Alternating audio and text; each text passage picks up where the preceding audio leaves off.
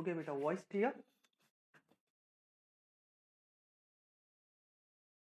Am I audible?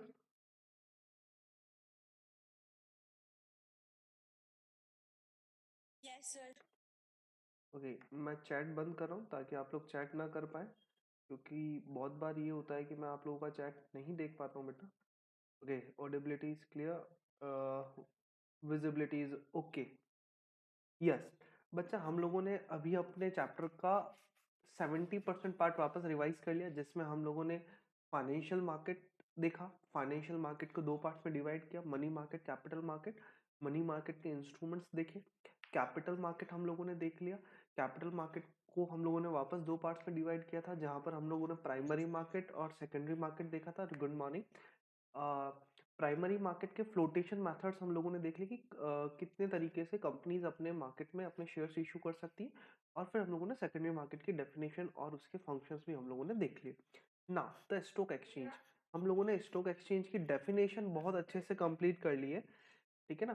तो what is the meaning of the stock exchange? Function of the stock exchange: the efficient functioning of the stock exchange creates the conducive climate. Just a minute बच्चा, please wait. हाँ जी, ले पधारो, लाओ। Gate खोल लो, gate खोल लो। हाँ खुल्लो है मालिक, देखो टाइट हो रखे लो।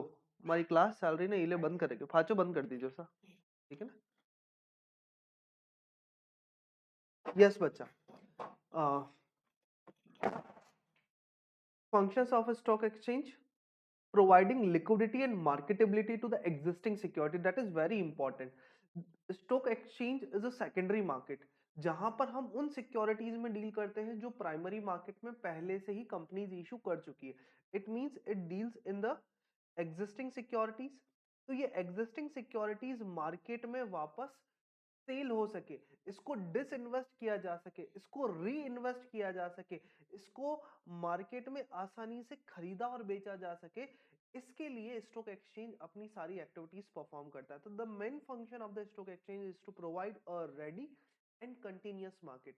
What is ready and continuous market? For the sale and purchase of existing securities, it helps existing investors to disinvest and fresh investors to enter into the market. What is the difference between disinvestment and एक और word मैंने अभी आप लोगों को बोला है, that is reinvestment. What is the difference between de-invest and reinvest? Anyone? Please answer बच्चा। Ayushi, Ayushi Shekhawat. Yes, please answer बच्चा। What is the difference between disinvestment and reinvestment?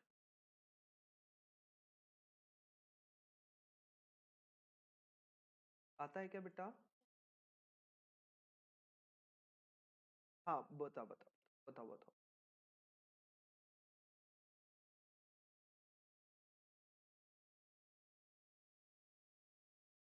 नहीं नहीं नहीं बच्चा, नहीं नहीं नहीं नहीं, वो डिसइन्वेस्टमेंट डिफरेंट है। Very good, very good. D investment it means जब किसी पर्टिकुलर इन्वेस्टर जिसके पास सिक्योरिटीज एग्जिस्ट कर रही है, जब वो मार्केट में उन सिक्योरिटीज को सेल करता है, मतलब उसको मनी में कन्वर्ट कर देता है, तो उसे हम लोग डिसइन्वेस्टमेंट कहते हैं।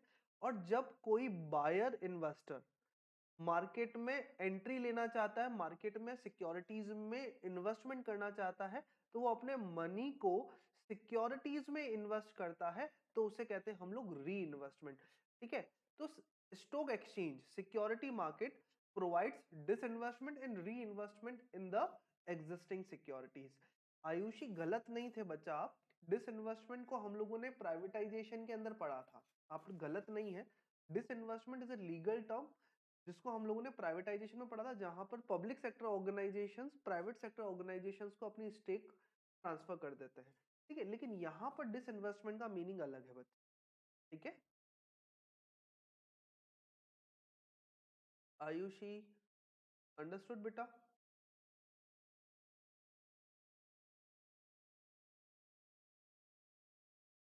Yes, pricing of securities. Students, share price of the stock exchange are determined by the force of the demand and supply. A stock exchange is a mechanism, please underline कीजिएगा. A stock exchange is a mechanism of the constant valuation through which the price of the securities are determined. ठीक है. अब किसी भी securities की demand जब increase होगी तो ऑटोमेटिक उसकी प्राइस भी इंक्रीज होगी. ठीक है. अब उसकी डिमांड कब इंक्रीज होगी?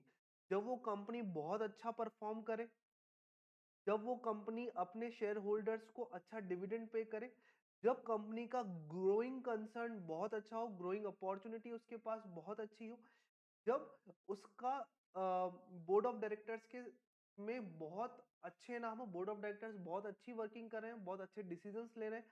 ठीक है. उसकी प्रॉफिटेबिलिटी रेगुलरली इंक्रीज हो रही है, मार्केट प्रोस्पेक्ट बहुत अच्छा है, इंटरनेशनल मार्केट बहुत अच्छा है, गवर्नमेंट के साथ उस कंपनी की डीलिंग बहुत अच्छी हो रही है. ऐसे बहुत सारे फैक्टर्स हैं जिन फैक्टर्स के अकॉर्डिंग कंपनी की ओवरऑल परफॉर्मेंस चेक होती है. तो अगर किसी भी कंपनी की परफॉर्मेंस अच्छी है तो उसके शेयर्स की प्राइस ऑटोमेटिक इंक्रीज हो जाएगी, और जब उसके शेयर्स की प्राइस इंक्रीज होगी तो इसका मतलब उसकी डिमांड बढ़ेगी, सप्लाई कम होगी. ठीक है.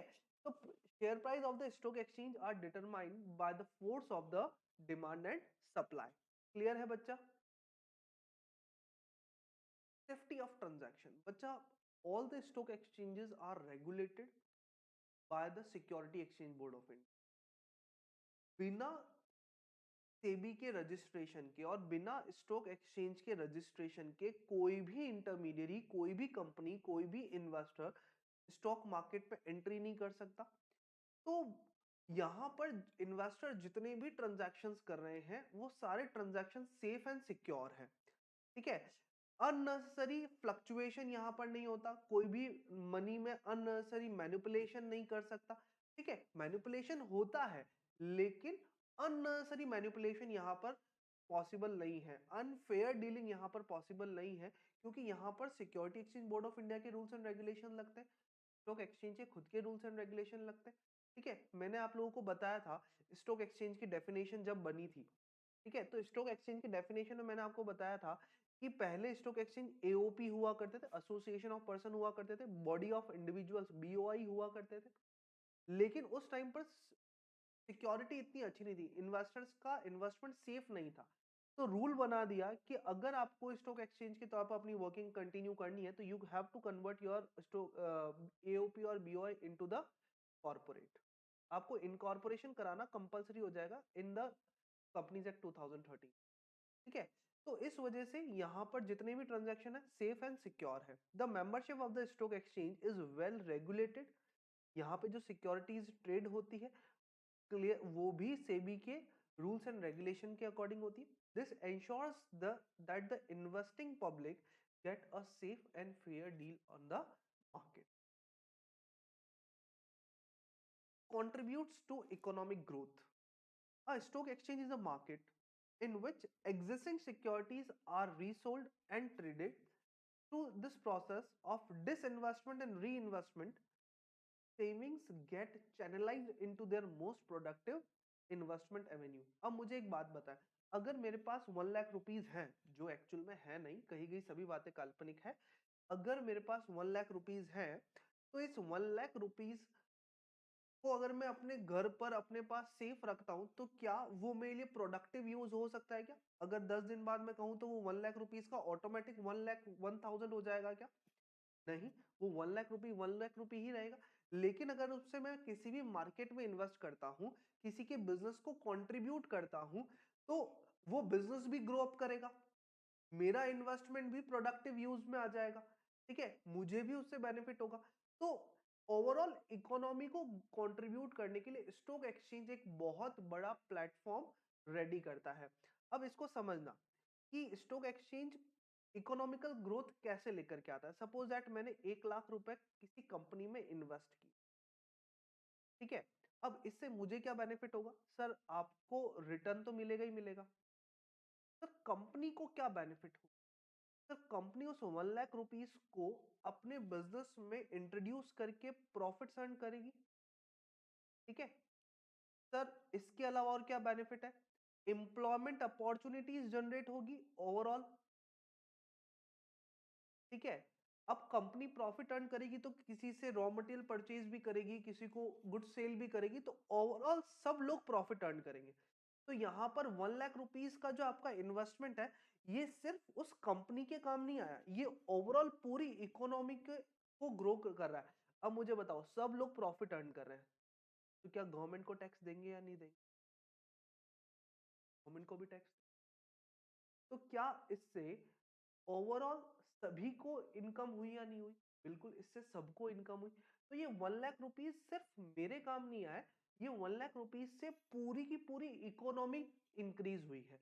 तो स्टॉक एक्सचेंज एक प्लेटफॉर्म आपको रेडी करके देता है, जहां पर आप अपना पैसा इन्वेस्ट करके उसको प्रोडक्टिव यूज कर सकते हैं। दूसरा, ये इकोनॉमिकल ग्रोथ को कंट्रीब्यूट करने में भी हेल्प करता है। ये बात समझ में आई बेटा आप लोगों को? यस और no, each and every one.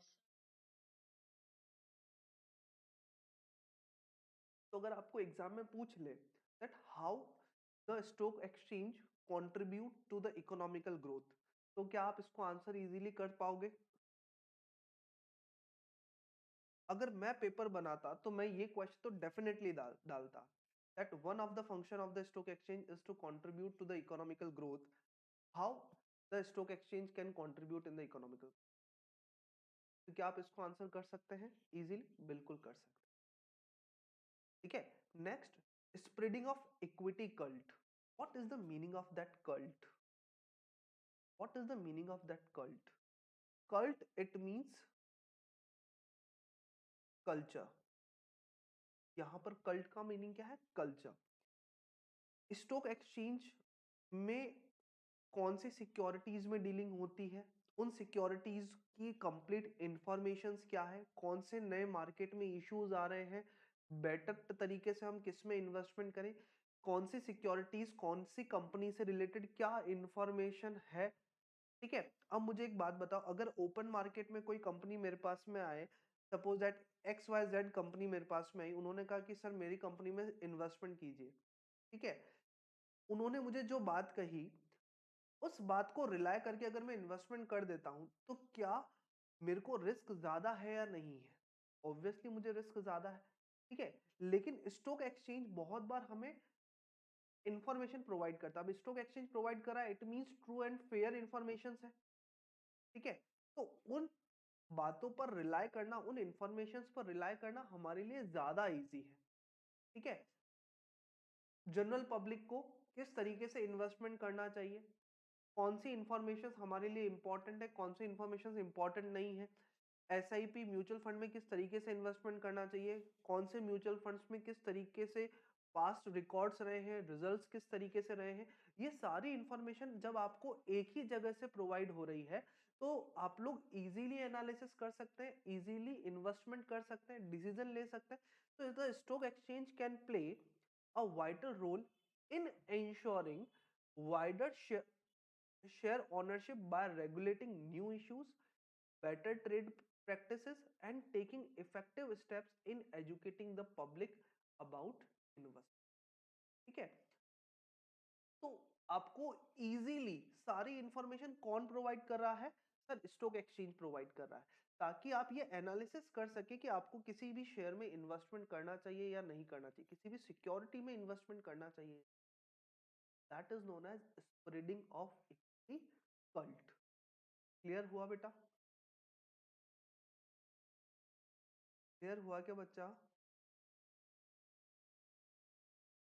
What is the meaning of equity cult? What is the meaning of equity cult, Nitya?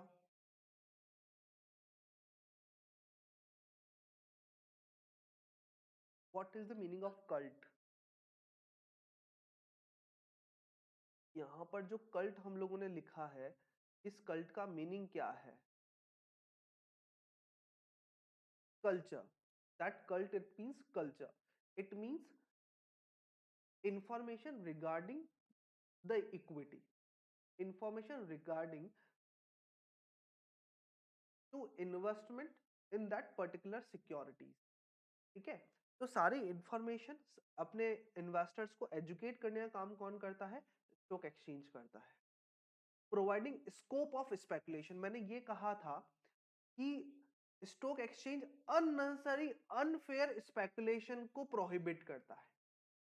लेकिन मार्केट में डिमांड और सप्लाई कॉन्सेप्ट पे तो स्पेकुलेशन हो सकता है। मार्केट में कोई कंपनी अच्छा परफॉर्म कर रही है तो उसके शेयर का प्राइस इंक्रीज होगा, कोई कंपनी अच्छा परफॉर्म नहीं कर रही है उसका शेयर का प्राइस ऑटोमेटिक डाउन हो जाएगा। तो what is the meaning of speculation? Sir, speculation it means fluctuation is the in the price of the securities, fluctuation in the price of securities।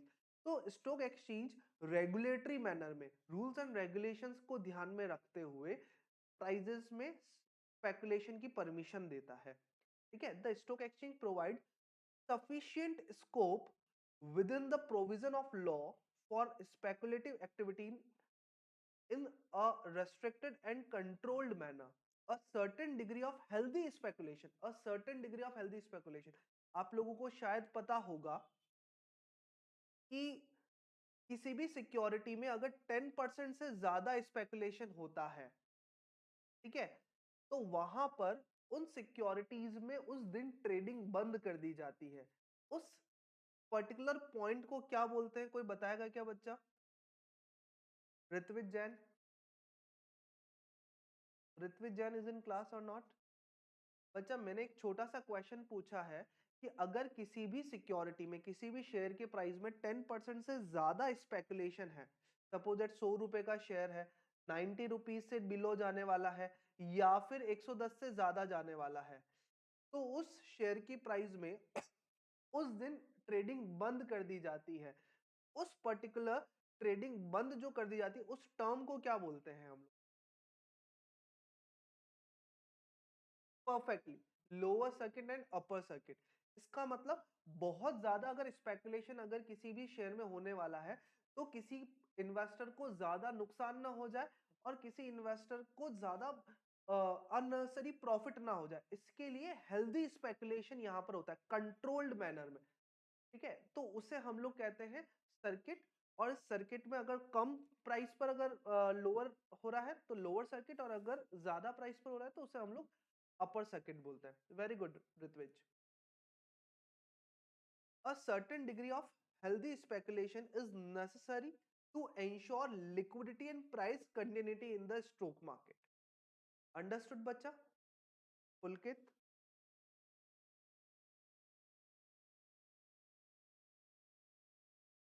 Pulkit is in class or not? No? Okay. Yes, आज हम लोगों ने total 6 functions देखे हैं अभी तक। कौन कौन से फंक्शंस देखे? पहला, providing liquidity and marketability of the existing securities. ठीक है, प्लीज कीवर्ड्स साथ साथ में लिखते जाए बच्चा। Stock exchange provide ready and continuous market for sale and purchase of existing security. ठीक है, ये कीवर्ड है बेटा। Pricing of security determine in the force of demand and supply. Safety of transactions, all the securities will be traded within a regulatory framework prescribed by Security Exchange Board of India।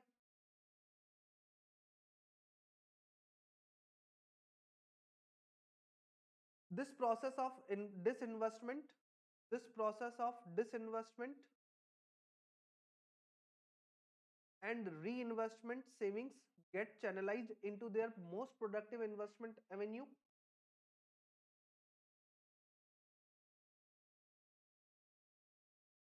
Ensuring wider share ownership by regulatory new issues, better trading practice, and taking effective step in, most important, educating the public about the investment, educating the public about investment।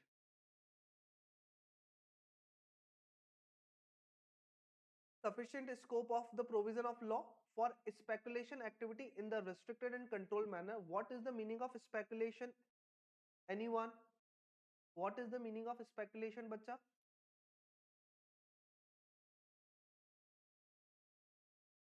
Perfectly बच्चा, fluctuation in the price of securities. Yes, अब बात करते हैं कि कोई भी stock exchange में जो कि स्क्रीन बेस्ड ट्रेडिंग सिस्टम है, स्क्रीन बेस्ड मतलब ऑनलाइन ट्रेडिंग सिस्टम है, उस ऑनलाइन ट्रेडिंग सिस्टम में किस तरीके से ट्रेडिंग स्टार्ट होती है और किस तरीके से पर्टिकुलर सिक्योरिटीज में ट्रेडिंग होती है। आप लोग बोलते हैं ना कि सर ट्रेडिंग तो अब बहुत इजी हो गई, हम लोग बहुत इजीली ट्रेडिंग कर सकते हैं, तो ये ट्रेडिंग का एक पर्टिकुलर प्रोसेस होता है, वो प्रोसेस किस तरीके से फॉलो होता है वो प्रोसेस आज हम लोग पूरा देखने वाले हैं। ठीक है, अब सबसे पहले जब भी कोई इन्वेस्टर अपना इन्वेस्टमेंट शेयर मार्केट में स्टार्ट करना चाहता है, तो सबसे पहले वो अपना एक ब्रोकर अपॉइंट करेगा। याद रखिएगा बच्चा, no one can invest, no one can invest their funds in stock exchange without help of stock broker. अगर आप किसी भी स्टॉक एक्सचेंज में इन्वेस्टमेंट करना चाहते हो तो आपको स्टॉक ब्रोकर की हेल्प लेना compulsory. No one can directly goes to the stock exchange और वहां बोल दे कि मेरे को इतना रुपए इन्वेस्ट करना है। चाहे आपको कितना ही ज्यादा पैसा इन्वेस्ट करना हो, कितना ही बड़ा इन्वेस्टमेंट आपका हो, लेकिन आप डायरेक्टली स्टॉक मार्केट में नहीं जा सकते, आपको किसी ना किसी स्टॉक ब्रोकर की हेल्प लेनी होगी। सबसे इंपॉर्टेंट बात, stock brokers are the members of the stock exchange. What is? Stock brokers are the member of the stock exchange and they are only a person जिसकी हेल्प से आप लोग investment कर सकते हैं स्टॉक एक्सचेंज के अंदर। तो सबसे पहला आपका क्या पॉइंट रहेगा, you guys have to select the broker. If the investor wishes to buy and sell any security, he has to first approach the registered broker or the sub broker or enter into the agreement with him. आपको अपना broker select करना पड़ेगा और उसके साथ एक agreement sign करना पड़ेगा और उस अग्रीमेंट को हम लोग कहेंगे ब्रोकर क्लाइंट अग्रीमेंट। क्या कहेंगे यहां पर हम उसे? Broker client agreement. उस ब्रोकर क्लाइंट अग्रीमेंट में सारी टर्म्स एंड कंडीशन स्पेसिफाइड होगी कि ब्रोकर के पास क्या राइट्स होंगे, क्या रिस्पॉन्सिबिलिटीज होगी, क्लाइंट्स के पास क्या राइट्स होंगे, क्या रिस्पॉन्सिबिलिटीज होगी, ब्रोकर कितना कमीशन चार्ज करेगा, किस तरीके से कमीशन चार्ज करेगा, ये सारी डिटेल ब्रीफली वहां पर एक्सप्लेन होगी।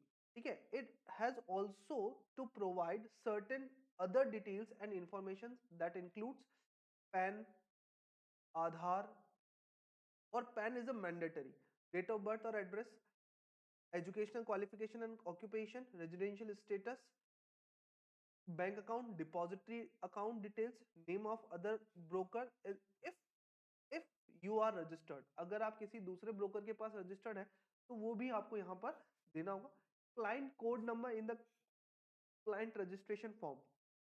अब यहां पर क्या होगा, ब्रोकर उस पर्टिकुलर अग्रीमेंट के बेसिस पर इन्वेस्टर का ट्रेडिंग अकाउंट ओपन करेगा। ध्यान रखिएगा, हर एक इन्वेस्टर के दो अकाउंट यहां पर होते हैं। एक उनका ट्रेडिंग अकाउंट होता है जो कि स्टॉक एक्सचेंज के अंदर ओपन होता है, एक उनका डीमेट अकाउंट होता है, ठीक है, जिसमें सिक्योरिटीज होल्ड होती है। ठीक है, ट्रेडिंग अकाउंट में तो हम अपनी सिक्योरिटीज ट्रेड करते हैं, लेकिन डीमेट अकाउंट में वो सिक्योरिटीज जिनमें ट्रेडिंग हुई है वो सिक्योरिटीज इलेक्ट्रॉनिक मीन्स में होल्ड होती है।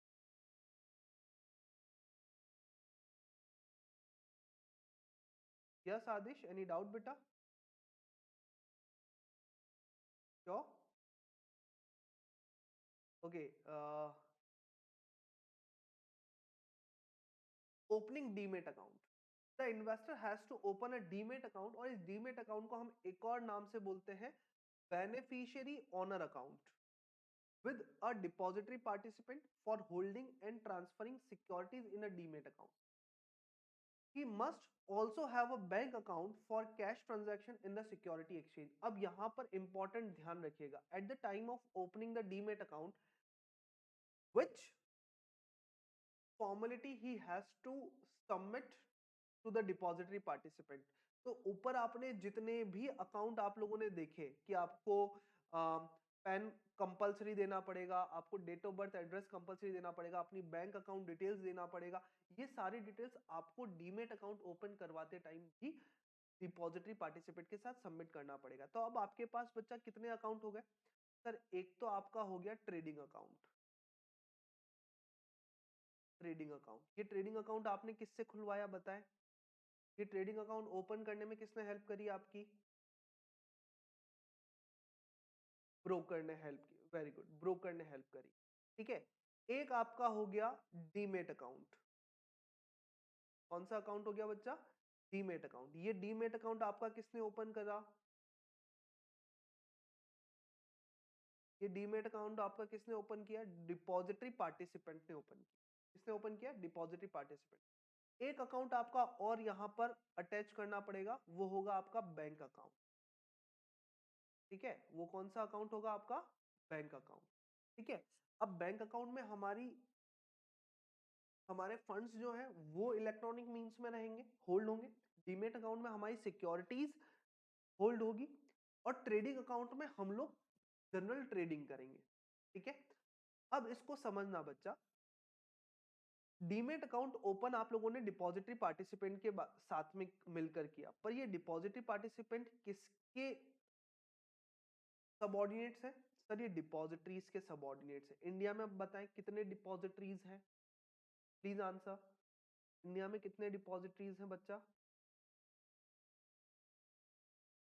बताएं बताएं बताएं। एनीवन? इंडिया में कितने डिपॉजिटरीज?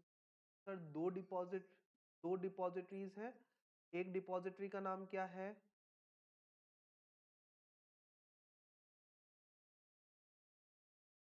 सर स्टॉक एक्सचेंज और डिपॉजिटरी में डिफरेंस होता है। एक डिपॉजिटरी का नाम है एनएसडीएल और एक डिपॉजिटरी का नाम है CDSL, national securities depository limited and central depository services limited. ठीक है, ये आपके कोर्स में है, मैं आपको ऐसे ही नहीं पढ़ा रहा हूं, ये आप लोगों के कोर्स में है। देयर आर टू सब depositories in India, first NSDL, second CDSL. आपकी एनसीईआरटी के अंदर भी लिखा हुआ है national security depositories limited and central depository services limited. Clear? चलिए, अब पहला आपने क्या काम किया सर? सबसे पहले हमने ब्रोकर अपॉइंट किया और उस ब्रोकर के साथ हम लोगों ने एक अग्रीमेंट साइन किया, और उस अग्रीमेंट को हमने क्या कहा? बताएं बताएं बताएं। ब्रोकर के साथ जो अग्रीमेंट साइन किया है उस अग्रीमेंट का नाम बताएं। Broker client agreement. वंदना, आप वास्तव में बहुत अच्छा पढ़ रहे हो बच्चा, वेरी गुड। और सेकंड हम लोगों ने किया ओपनिंग डीमेट अकाउंट, जहां पर हमने डिपॉजिटरी पार्टिसिपेंट के साथ में डीमेट अकाउंट ओपन किया है। ठीक है, अब हम लोग क्या करेंगे सर? अब हम लोग ऑर्डर प्लेस करेंगे। अब ऑर्डर प्लेस करने का मतलब समझना, the investor then places an order with the broker to the buy और sell shares. Clear instructions have to be given about the number of shares and the price at which the shares should be bought and sold. मैंने suppose eight अपने broker को कहा कि भैया आप ऐसा कीजिए, यस बैंक के 10,000 शेयर आप परचेज कर लीजिए 14 रुपीज की रेट 13 रुपीज की रेट से। कितने? 13 रुपीज की शेयर से प्राइस से आप परचेज कर लीजिए। ठीक है, अब यहां पर कितने नंबर ऑफ शेयर्स लेने हैं, किस प्राइस पर लेने हैं, और कौन सी कंपनी के लेने हैं, क्लियर है? The broker will then go ahead with the deal and issue an order confirmation slip to the investor. अब यहां पर वो मुझे क्या इश्यू करेंगे? Order confirmation slip. आप लोगों को ध्यान होगा कि जब भी आप लोग ऑनलाइन ट्रांजैक्शन करते हैं तो आपसे 3 बार पूछा जाता है कौन से अकाउंट में करनी है, किस प्राइस पर करनी है, और आपका कोड नंबर क्या है। तो वो कोड नंबर आपसे इसीलिए पूछते हैं कि ऑर्डर कंफर्मेशन स्लिप आपको इशू कर सके। ठीक है, इसके बाद वो मार्केट में जाएंगे और आपका ऑर्डर मैच करेंगे। The broker then will go online and connect the main stock exchange and match the shares and best price available. अब वो ये देखेंगे कि प्राइस है या नहीं। हो सकता है उस टाइम पर प्राइस 12 रुपए 55 पैसा चल रहा हो सकता है कि प्राइस ऊपर नीचे हो, तो 13 रुपीज आपका प्राइस आया नहीं है अभी, ठीक है। वो अभी आपका ऑर्डर मैच कर रहे हैं कि आपने जो नंबर ऑफ शेयर्स परचेज करने, वो नंबर ऑफ शेयर्स मार्केट में अवेलेबल है या नहीं है, जिस प्राइस पर परचेज करने वो प्राइस अवेलेबल है या नहीं है, ठीक है। Executing the order. When the shares can be bought and sold at the price mentioned, it will be communicated to the broker's terminal and the order will be executed electronically. The broker will issue trade confirmation slip to the investor. अब ध्यान रखना, पहले हम लोगों ने order confirmation slip दी थी कि हाँ हमको ऑर्डर आपका मिल गया है कि आपको 10,000 शेयर्स 13 रुपीज की प्राइस से परचेज करने हैं। अब यहां पर जब ये ऑर्डर एग्जीक्यूट हो जाता है, ट्रेड हो जाता है, तो ब्रोकर अपने इन्वेस्टर को एक स्लिप इशू करेगा और इस स्लिप को कहेंगे ट्रेड कंफर्मेशन स्लिप कि हाँ 10,000 शेयर्स खरीद लिए हैं और 13 रुपीज की प्राइस से परचेज कर लिए हैं। Issue of contract note after the trade has been executed within 24 hours.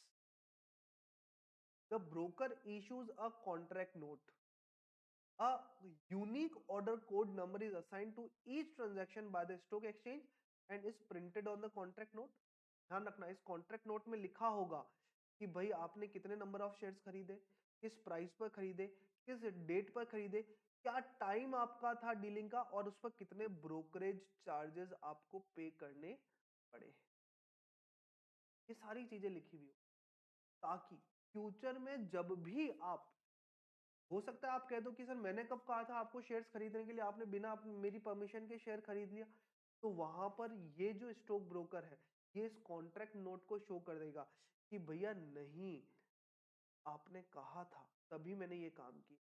तो it is an important document as it is legally enforceable and helps to settle disputes or claim between the investor and the broker. Clear or not? समझ में आया बेटा? I'm asking to all of you guys.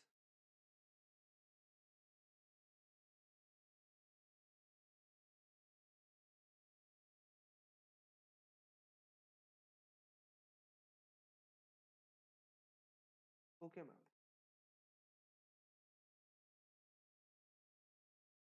Yes, delivery of shares sold or payment shares bought. Now the investor has to deliver the shares sold and pay cash for the shares bought to the brokers. It should be done immediately after receiving the contract note or before the date when the broker shall make payment or delivery to the exchange. It is called as pay in day. It is called pay in day. शायद मैंने किसी को इसका पूरा diagram बना करके दिया है, क्या वो डायग्राम आप मुझे शो कर सकते हैं क्या बच्चा, अगर आपके पास अवेलेबल है तो। मैंने क्लास में जब इस पर्टिकुलर टॉपिक को पढ़ाया था तो बोर्ड पर मैंने एक डायग्राम बनाया था, क्या किसी के पास वो डायग्राम है क्या? एनीवन? अगर आपके पास डायग्राम है तो प्लीज मुझे शो करें। अंजलि जैन, अदिति जैन तो है नहीं क्लास में आज। Anjali Jain,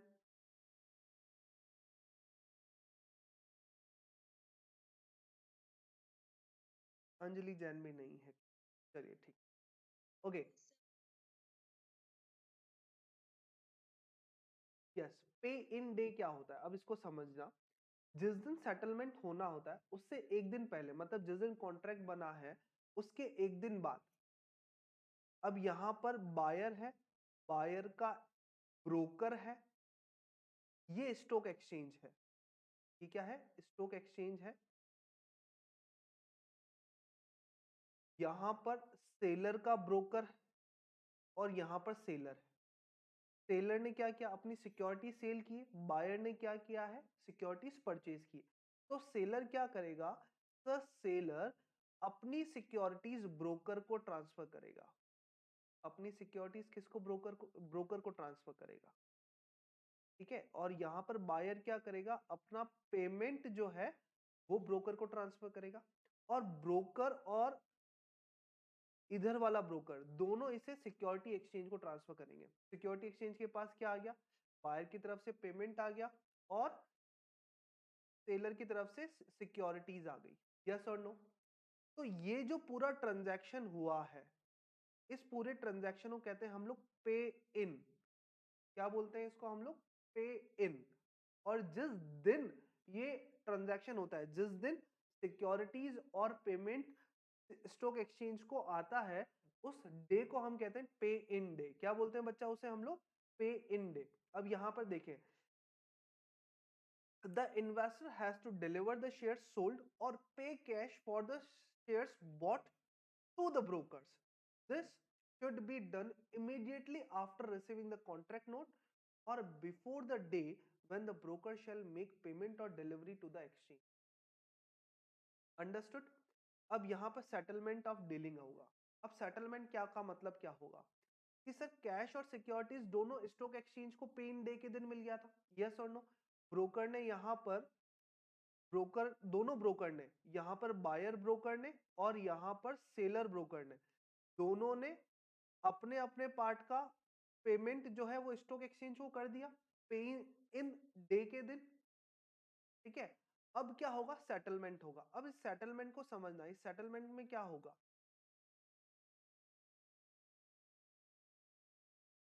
Which is before the T+2 as a dealing has been settled or finalized on the T+2 day. The settlement cycle is on T+2 day on the rolling settlement basis with effect from 1st of April 2003. ठीक है, अब यहां पर क्या होगा? यहां पर stock exchange buyer broker को सिक्योरिटीज देगा और सेलर ब्रोकर को पेमेंट इशू करेगा। क्या होगा? बायर ब्रोकर को स्टॉक एक्सचेंज सिक्योरिटीज देगा और सेलर ब्रोकर को पेमेंट देगा। ऑब्वियसली देना पड़ेगा। ठीक है, तो जिस दिन ये सेटलमेंट हो रहा है, जिस दिन ये वाला सेटलमेंट हो रहा है, उस दिन को कहेंगे हम लोग पे आउट डे। क्या कहेंगे इसे हम लोग? पे आउट डे। बहुत अच्छे से समझना। पहले क्या होगा? दोनों अपने अपने पार्ट की रिस्पॉन्सिबिलिटी स्टॉक एक्सचेंज के साथ फुलफिल करेंगे। जब स्टॉक एक्सचेंज के पास सब कुछ अंदर आ रहा है, मतलब इधर से पेमेंट भी आ रहा है, इधर से सिक्योरिटीज भी आ रही है, तो उसे हम लोग कहेंगे पे इन डे। और स्टॉक एक्सचेंज को पेमेंट भी मिल गया, सिक्योरिटी भी मिल गई। बायर ने सिक्योरिटी खरीदी थी तो बायर को सिक्योरिटीज देना पड़ेगा। तो स्टॉक एक्सचेंज क्या करेगा? बायर ब्रोकर को कहेगा बेटा अपनी जो सिक्योरिटी तूने खरीदी थी वो ले जा। और सेलर ब्रोकर को क्या बोलेगा? भैया तूने सिक्योरिटी सेल करी थी, ये ले पेमेंट ले जा। तो जब स्टॉक एक्सचेंज अपने यहां से दोनों चीजें आउट कर रहा है, तो उस दिन को हम लोग कहेंगे पे आउट डे। क्या कहेंगे उसे हम लोग? पे आउट डे। अब ध्यान रखना, यहां पर आपको कितने दिन हो गए सर? इस पूरे ट्रांजैक्शन को 2 दिन हो चुके हैं। कॉन्ट्रैक्ट नोट बना था, उसके 24 घंटे में पे इन डे हम लोगों को करना है और नेक्स्ट डे पे आउट डे करना है। तो ट्रांजैक्शन होने के 2 दिन के अंदर अंदर ये सेटलमेंट हो जाना चाहिए। ठीक है, तो इसको कहते हैं हम लोग T+2 सेटलमेंट प्रोसीजर। क्या कहते हैं इसको हम लोग? T+2। क्योंकि जिस दिन ट्रेडिंग हुई है उसके 24 घंटे में हम लोगों ने क्या किया? कॉन्ट्रैक्ट नोट बनाया। 24 घंटे में जो कॉन्ट्रैक्ट नोट बनाया उसके जस्ट इमीडिएट हमने पेमेंट और सिक्योरिटी स्टॉक एक्सचेंज को ट्रांसफर कर दिया। स्टॉक एक्सचेंज ने next day securities buyer broker को दे दी और पेमेंट सेलर ब्रोकर को दे दिया। तो ये जो पूरा ट्रांजैक्शन हुआ है, ठीक है, ये इस ट्रांजैक्शन को कितने दिन हो गए? 2 दिन हो गए। तो 2 दिन के अंदर अंदर ये पूरा सेटलमेंट हो गया।